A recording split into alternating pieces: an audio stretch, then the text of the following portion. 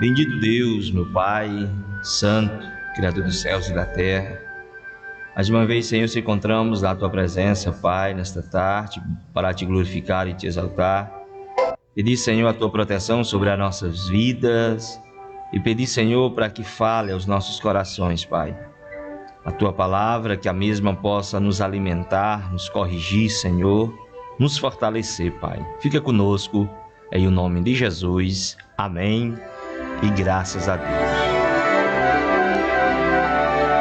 Meus queridos e amados irmãos, eu vos saúdo a todos com a paz de nosso Senhor e Salvador Jesus Cristo. Que Deus nos abençoe, nos cubra com a sua graça, nos proteja com as suas mãos, as suas asas, esteja estendida sobre cada um de nós, né? Quero aqui mandar a paz do Senhor para todos os meus irmãos ali da congregação de Banguê 1, todo o quadro de obreiros, departamentos, né, de senhora, de jovem, de criança, a banda, né, conjunto local, musical. Que Deus abençoe na pessoa do irmão Jonathan, irmão Cezinha, irmão Glauto. Que Deus abençoe a todos. Quero aqui também dar os parabéns ao nosso pastor Eliakim Rodrigues, né, esteve aniversariando esses dias. Que Deus possa abençoar. Sabemos que não é mais... é somente um ano, uma data festiva, né? Foi mais um ano de luta, de prova, mas também mais um ano de vitória. Que Deus continue abençoando aí o nosso pastor Eliakim Rodrigues e toda a sua família, né? Pastor Ione, que Deus abençoe. Meus queridos, vamos dar continuidade aqui no capítulo de número 8 do livro do profeta Daniel.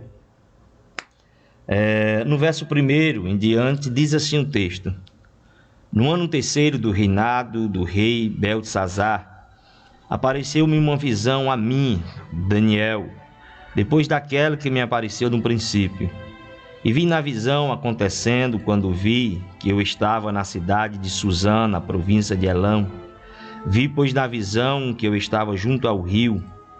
E levantei os meus olhos e vi, e eis um carneiro estava diante do rio, o qual tinha duas pontas, e duas pontas eram altas, mas uma era mais alta do que a outra, e a mais alta subiu por último.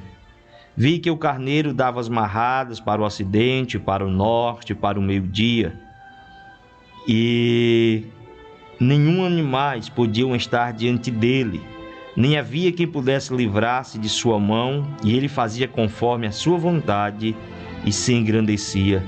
E estando eu considerando, eis que um bode vinha do ocidente sobre toda a terra, mas sem tocar no chão, e aquele bode tinha uma ponta notável entre os olhos. Dirigiu-se ao carneiro que tinha as duas pontas, ao qual eu tinha visto diante do rio, e correu contra ele com todo o impinto da sua força. E eu vi chegar perto do carneiro, irritar-se contra ele, e feriu-se o carneiro e lhe quebrou as duas pontas, pois não havia força no carneiro para parar diante dele, e o lançou por terra e pisou aos pés. Não houve quem pudesse livrar o carneiro da sua mão. Glória a Jesus. Meus queridos e amados irmãos, li apenas alguns versículos. Nós queremos tratar aqui do capítulo inteiro. Essa é a segunda visão que o profeta Daniel tem. Nós falamos na outra quinta-feira da visão do capítulo de número 7, dos 4 animais que apareceram na visão no primeiro ano daquele rei Beltesazar. Agora já havia se passado 2 anos daquela visão, e Daniel deixa bem claro aqui no capítulo de número 8, que 2 anos após, 3 anos, na verdade, do reinado de Beltesazar, Daniel volta a ter mais algumas visões. E essas visões, elas são relacionadas de antemão a 2 animais. 2 animais diferentes, claro, dos que Daniel falara no capítulo de número 7, na sua primeira visão. O texto aqui discorre de que Daniel, ele estando em um lugar, aparece aí esta visão a ele, Essa visão ela corre em um lugar chamado a província de Elão. Ele está próximo a um rio e dentro ou neste rio, próximo a este rio, ele tem a visão de um carneiro. E este carneiro, ele dá amarradas para várias direções. E não existia nenhum animal, nenhuma outra espécie de animal que poderia se defender deste carneiro, que era forte e que dominava o que estava acontecendo ali. E este carneiro tinha os seus 2 chifres, carneiro com seus chifres, e os 2 chifres deles eram grandes. Mas a visão de Daniel diz que um desses 2 chifres, que apesar de serem grandes, um crescia mais do que o outro. Essa visão aqui de Daniel, de antemão, ela se afinila um pouco daquilo que Deus tem falado e que Deus ainda vai falar acerca dos acontecimentos vindouros no livro do profeta Daniel. Este carneiro aqui, ele representa um reino, e este reino, na verdade, um reino grande, poderoso. Este reino é o reino dos medos e dos persas, que por sinal, nós já falamos acerca de 2 vezes deste reino. Agora este mesmo reino, ele está representado por este animal, o carneiro, pelos seus 2 chifres, que são grandes, e um dos chifres que cresce mais do que o outro, representando assim este império medos e dos persas, que com seus 2 reinos, seus 2 generais, que um cresce mais do que o outro. Por sinal, este que cresce mais é o rei Ciro da Pérsia. Quando nós vemos este carneiro, ele está dando uma arrada de um lado para o outro, ele está dominando, ele está crescendo. É o reino medos e dos persas. É o mesmo reino representado no capítulo de número 7, em que Daniel teve aquela visão. Aqui nós vemos Daniel olhando para uma outra direção, e nós vemos que Daniel, ele vê um outro animal, agora um bode, e este vem correndo em direção aonde estava aquele carneiro.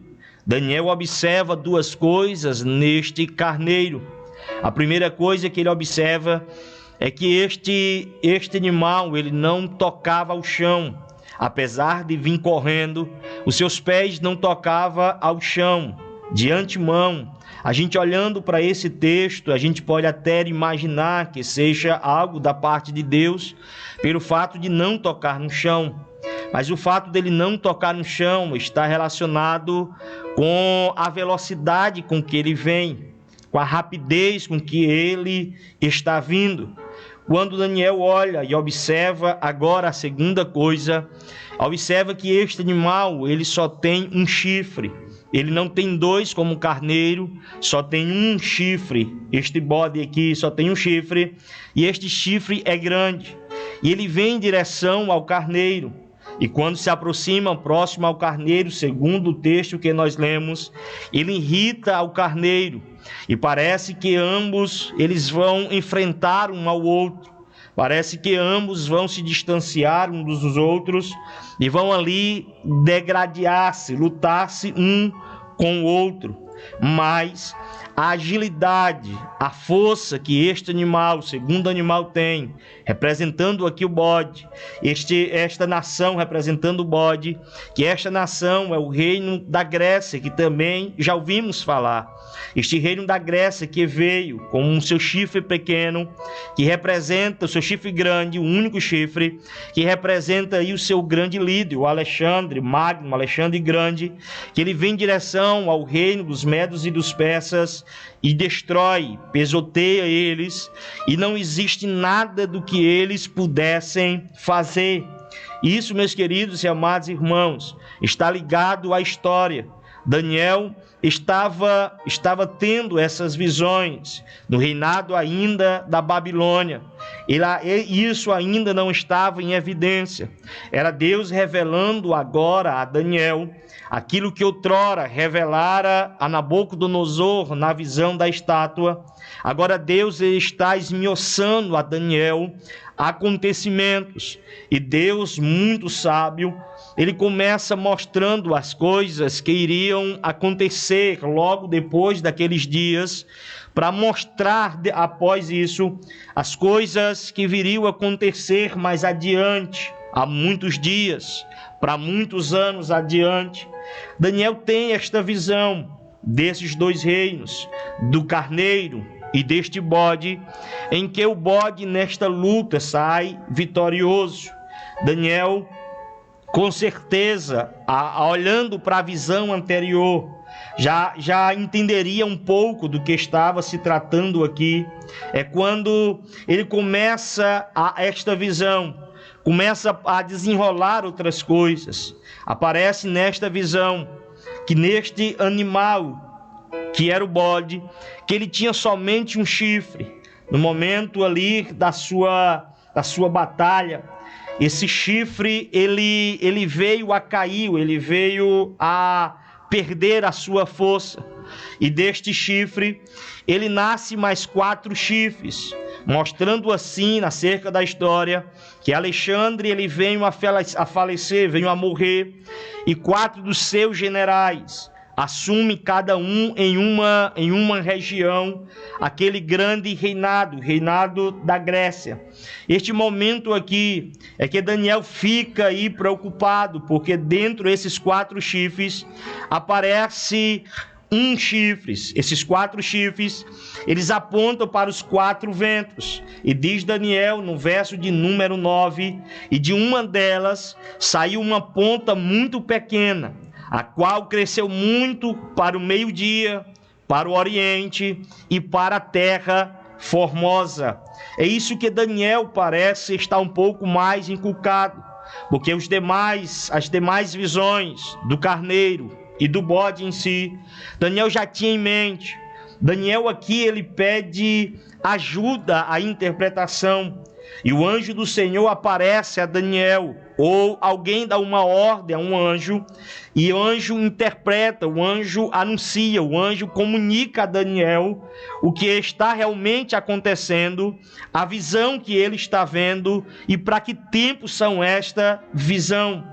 Daniel entende, claro, que depois que o anjo lhe anuncia a interpretação, algumas coisas deixam bastante clara. Aquilo que eu falei de antemão, do que são os reinos, do reino dos Medos e dos Persas, o reino grego aqui, somente 2 destes reinos aparecem, mas depois Daniel está interessado em observar acerca dos 4 chifres e acerca desse outro chifre pequeno que aparece e que não nos é estranho, porque na visão do capítulo de número 7, a visão anterior de Daniel, ou a sua primeira visão, é citado acerca desse chifre. Esse chifre pequeno que aparece com boca de homem e também com olho. Aqui a mesma coisa acontece. Aparece um chifre que nasce talvez de um desses outros chifres grandes, ou aparece a ir do vento, segundo alguns estudiosos. Mas esse chifre pequeno aparece e ele tem como seu papel atingir algumas regiões. Ele quer atingir principalmente a cidade formosa. O intuito dele é que ele cresce muito para o meio-dia, para o oriente e para a terra formosa. Quando se fala aqui em terra formosa, está falando aqui de Jerusalém, da cidade santa do povo de Deus, de Israel, mas em especial a cidade santa, a terra formosa é Israel, mas em especial Jerusalém, que é o trono de Deus desde os primórdios, desde a chamada de Deus a Abraão, quando Abraão sai, quando vai sacrificar Isaque, até os momentos onde Davi coloca a arca, os templos que são edificados, ali é a casa escolhida por Deus para habitar Jerusalém. É por isso que na Bíblia a gente sempre vai ver Jerusalém, e nos momentos finais da história humana, a gente vai ver Deus ou Cristo reinando em Jerusalém. Este chifre, ele cresce, esse chifre, a sua função é atingir ao meio-dia, ao oriente e principalmente a terra chamada Formosa. E ele também vai crescer até o exército dos céus. Na visão, querido, horizontal, podemos dizer, ele atinge o oriente e ele atinge a terra formosa. Mas quando nós olhamos para a ação deste reino, na visão vertical, nós vemos que ele atinge o exército dos céus, e algum dos exércitos das estrelas deitou por terras e os pisou. Mostra, sim, a visão que Daniel está tendo e o foco deste chifre, que por sinal é pequeno aqui, mas ele tem como intuito atingir verticalmente o exército dos céus e horizontalmente a cidade santa. Daqui em diante, nós começamos a observar, meus queridos e amados irmãos, que este que vem aí, ele vai profanar o santuário de Deus. E o texto chega a dizer aqui que são 2.300 tardes e manhã, e depois o santuário será purificado. Há quem diga que este personagem aqui, ele está mostrando que ele seja o Antíoco Epifânio, um dos sucessores aí dos generais, talvez o 10º, sei lá, aproximadamente. Há quem diga que este chifre não seja Antíoco Epifânio, porque logo depois dos 4 chifres, que representam os 4 generais, aparece o chifre pequeno. Mas Antíoco Epifânio, ele não surge logo depois destes generais. Antes deles veio outros Antíocos, e este aqui é Epifânio. Talvez ele aqui é o quarto Antíoco. Ele aparece mais adiante, não no início da visão que Daniel está tendo, da derrota do chifre grande, do carneiro, do bode, depois da derrota dos quatro chifres que aparecem, e depois esse. Mas este Antíoco Epifânio, representado aqui como um chifre pequeno, ele não pode representar, o Antíoco Epifânio não representa esse chifre pequeno, por alguns motivos. Eu não vou detalhar aqui, porque todos nós sabemos que Antíoco Epifânio é apenas uma visão daquilo que está preparado para os últimos dias. Esse Antíoco Epifânio, ele não foi um grande guerreiro. Antíoco Epifânio, ele não foi um grande general, um grande rei. As suas conquistas foram poucas. O intuito maior da visão de Daniel acerca desse Antíoco Epifânio é porque antes dele arremeteram contra a cidade santa, e no período que ele assume o seu reinado, ele chega na cidade santa, e ele, por um espaço de dias, ele profana o altar do Senhor. Podemos dizer que ele profana ali a cidade santa, podemos dizer o lugar de adoração ao Deus de Israel, ao Deus verdadeiro. Ele profana aquele lugar. Há quem diga, na verdade, a história diz que ele sacrifica ali animais impuros, como um porco, dentro do santuário de Deus. Ele também coloca uma imagem de escultura de um deus pagão dentro do santuário de Deus. E todo o povo de Deus, todo o povo de Israel, aqui se sente acuado por causa da ação do inimigo, por causa da ação desse Antíoco Epifânio. Isso antes de Jesus aparecer, cerca de 160 anos antes de Jesus. Este homem, com este pensamento, ele profana o santuário de Deus. Ele atinge ali. Esta visão de Daniel nos mostra que nós devemos vigiar, mas que devemos também ser encorajados, porque Deus controla todas as coisas. Deus domina toda a história. Se Deus, antes que tudo isso acontecesse, revela a Daniel em detalhes, e tudo aquilo que ele revela a Daniel acontece, então devemos acreditar em Deus. Estou fazendo este parênteses aqui, porque este texto de Daniel nos arremete agora para mais à frente da nossa época.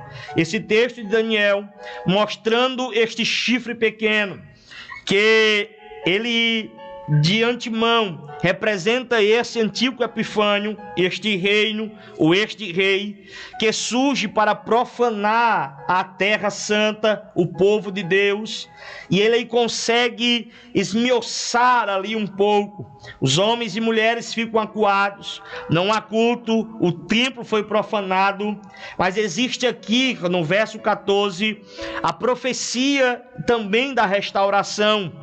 Este reino iria surgir, iria deteriorar ali o culto a Deus, iria oferecer um culto aos deuses pagãos, mas o santuário também seria restaurado. O texto aqui diz 2.300 tardes e manhã, e o santuário será purificado. Há quem diga, queridos, que isso é exatamente 1.150 dias, que foi o período realmente de que, depois do período em que foram profanados, foi o período depois que foi profanado, foi o período em que começa a purificação, ou passaram 1.150 dias, até que alguém aparece e consegue consagrar o santuário mais uma vez a Deus, mostrando assim que haveria a profanação, mas também que haveria também a restauração. Também acontece nas nossas vidas. Tudo que nas nossas vidas acontece a profanação, acontece a ação do diabo, acontece a ação, querido, contra a nossa vida, contra a igreja, contra os princípios e algo mais, mas também existe um momento de purificação. Há nos nossos dias, momento em que Deus nos vocaciona, nos chama para uma purificação.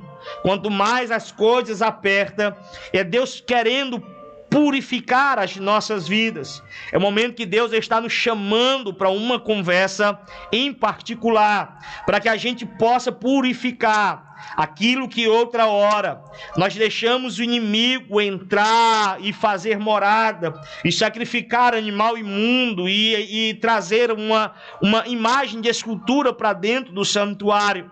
Quando eu falo isso, eu estou dizendo que Deus está nos chamando para uma conversa em particular, para que a gente possa entrar no estado de purificação da nossa alma, do nosso coração, da nossa mente, da nossa vida, por tudo aquilo que está acontecendo. Porque às vezes nós somos fracos, às vezes não, sempre somos fracos, e às vezes permitimos que o diabo haja com facilidade na nossa vida, e às vezes fracassamos, às vezes deixamos o diabo fazer morada no nosso coração, na nossa casa, na nossa vida. Ele traz uma bagunça, mas sempre há uma palavra de Deus acerca da restauração, e precisamos dessa restauração na nossa vida, que seja agora, que seja o hoje, que mais tardar, que seja a mais tarde à noite ou amanhã pela manhã, mas devemos ter uma restauração sobre a nossa vida. Passamos por este período de pandemia do Covid-19, onde uns ficaram em casa, adoeceram em casa, outros desistiram da fé, gostaram de permanecer em casa, não voltaram à sua vida, à sua rotina com Cristo. Tudo isso Deus nos chama para uma purificação da nossa vida. Aqui também, meus queridos e amados irmãos, como o anjo fala a Daniel acerca desse chifre pequeno, ele está também relacionado, porque a sua visão em vertical, ele está direcionada também aos exércitos celestiais, como se ele estivesse fazendo guerra aos exércitos celestiais. O antigo Epifânio já disse que ele não foi um grande rei, um grande dominador. Imagine dominar os exércitos celestiais, porque esta visão aqui, ela aponta com mais clareza acerca desse chifre aqui, ele aponta com mais clareza para um governante mundial, que também não é de a gente estranhar, porque já falamos nele também algumas vezes dentro do livro do profeta Daniel, e aqui ele aparece mais uma vez como esse chifre pequeno que na história ele aponta para este Antíoco Epifânio, mas que ele se encaixa perfeitamente no líder mundial que ainda irá surgir. Este chifre que aponta para este Antíoco Epifânio, segundo a história e o povo judeu, ele nos dá a ideia de como será este grande líder que irá vir. O apóstolo João diz que o espírito do anticristo já está em evidência, ele já está operando. Aqui Daniel tem esta visão, e os historiadores acreditam que estes tipificam um pouco o Antíoco Epifânio, mas que desenha-se melhor, se encaixa melhor como uma luva na mão de um homem, a visão do anticristo que irá surgir. Alguns acreditam também aqui que as 2.300 tardes e manhã, elas são dias realmente, dias, como eu falei aqui, apenas um dia. Daniel está falando tardes e manhã, quando na criação de toda a terra, quando Moisés está ali citando o livro do Gênesis sobre a criação, ele fala, foi a manhã e a tarde daquele dia, mostrando assim apenas um dia literal. Alguns acreditam que aqui, sendo dia literal, ele se transforma também em anos proféticos. É a visão uma das visões acerca dessas 2.300 tardes e manhã.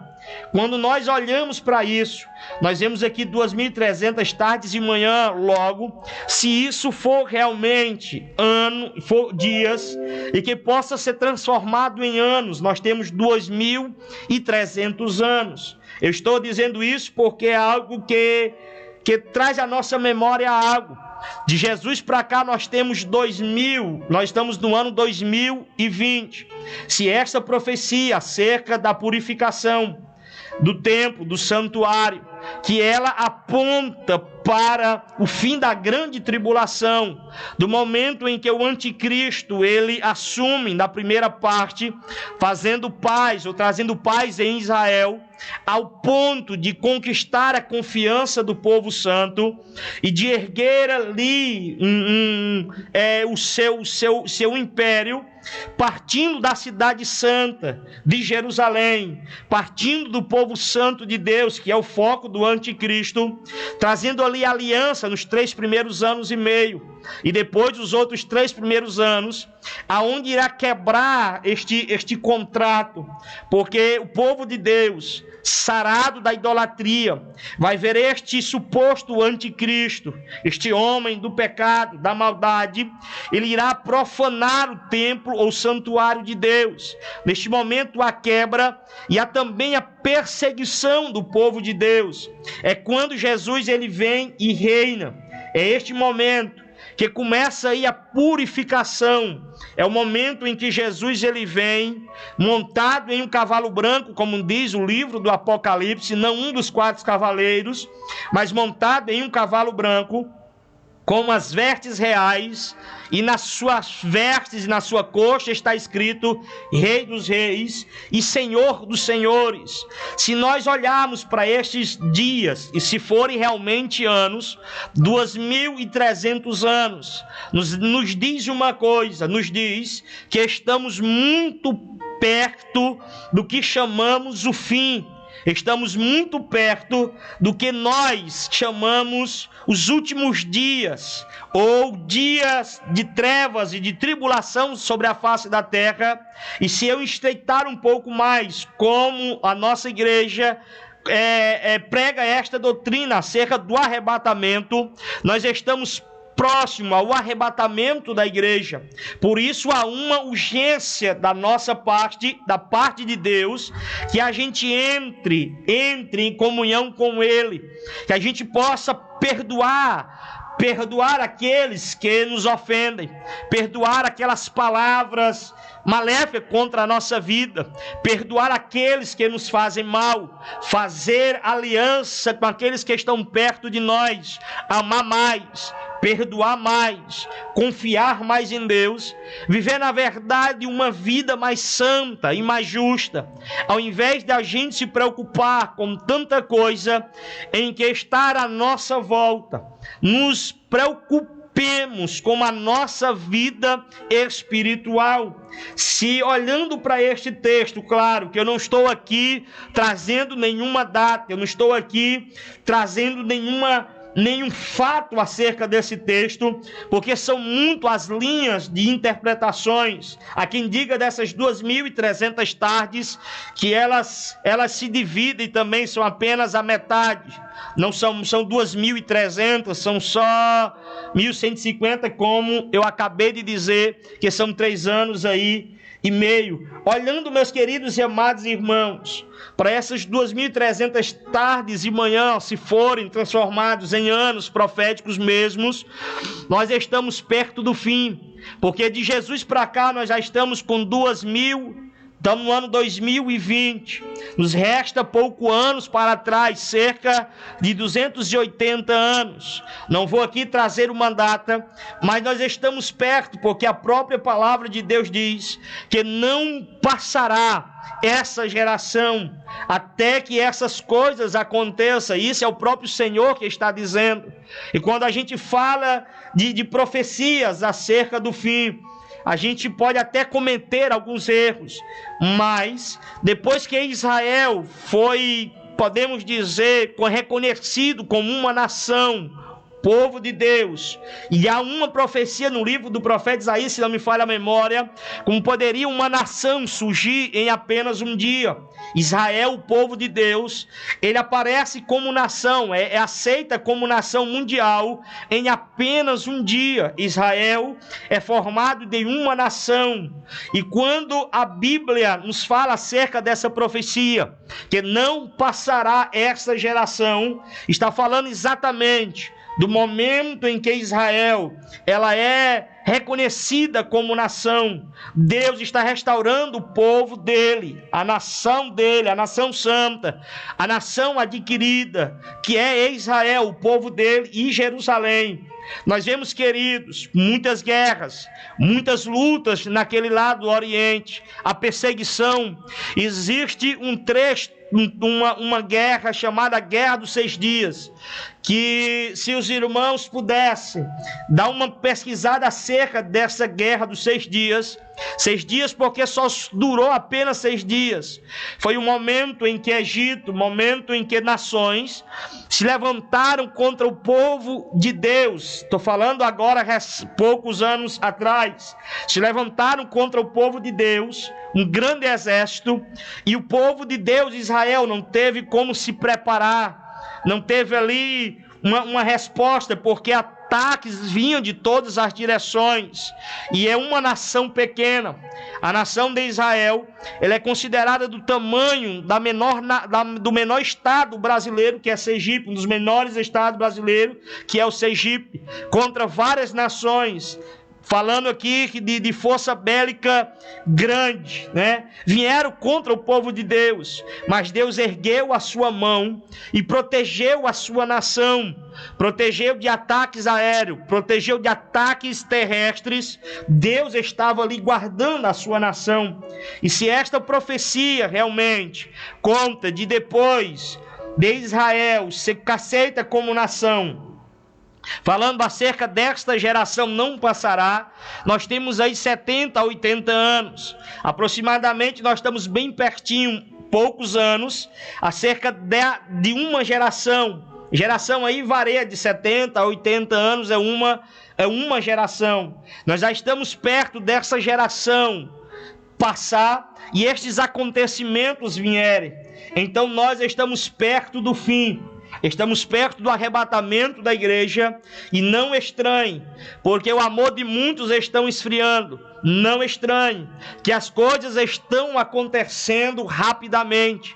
Os dias parecem passarem mais rápidos. Acontecimentos extraordinários estão surgindo aí.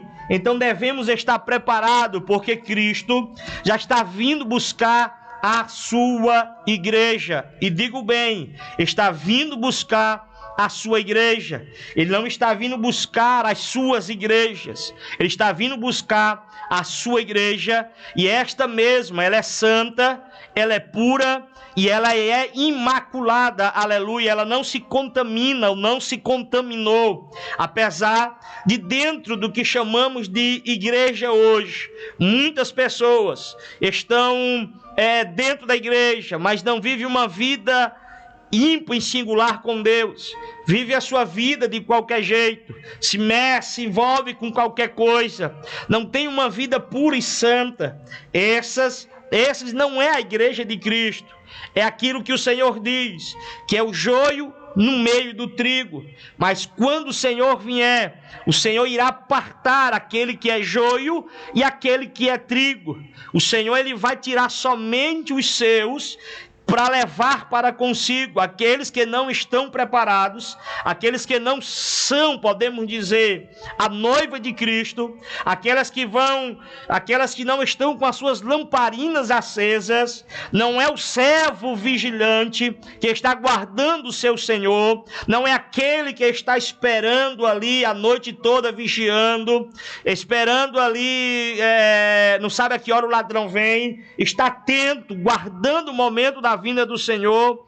Com certeza serão pegados desapercebidos, não participarão do evento mais glorioso, ou um dos mais gloriosos, que é o arrebatamento da igreja.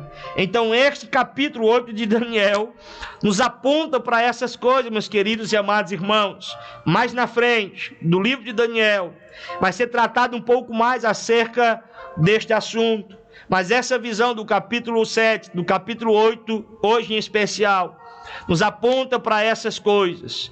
Nos aponta que haverá profanação do santuário, mas haverá uma purificação. Purificação é tirar tudo aquilo que é impuro, tudo aquilo que não agrada a Deus, tudo aquilo que não é para um culto a Deus. E de antemão falando, tem muita coisa na minha vida, na sua vida, na nossa vida, no nosso meio, que não agrada a Deus, que precisam ser tirados do nosso meio, para que Deus possa se alegrar. Vamos orar? Obrigado, Deus, por esta oportunidade que o Senhor nos dá, Senhor, a nós de aprendermos um pouco. Eu, Senhor, que sou tão pequeno, Senhor, não tenho tanto conhecimento, e o Senhor nos chama para trazer uma palavra, Deus, dessa magnitude. E o Senhor escolheu homens sábios como Daniel para revelar. E ainda que eles não estavam preparados para ouvir, algumas coisas foram ocultadas, Senhor. Chamando depois um grande homem, João, a revelar essas verdades, Senhor, no livro do Apocalipse. Mas que possa, Senhor, meu Deus, surtir efeito nos nossos corações e estarmos preparados, Senhor, como um despertamento à Tua palavra, como uma das trombetas tocadas, Senhor, para que possamos levantar acampamento, Senhor, para deixarmos esta terra, deixarmos esse deserto, Senhor.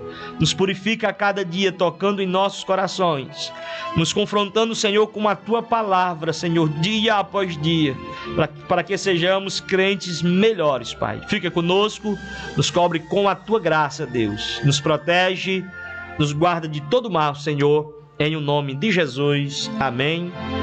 E graças a Deus.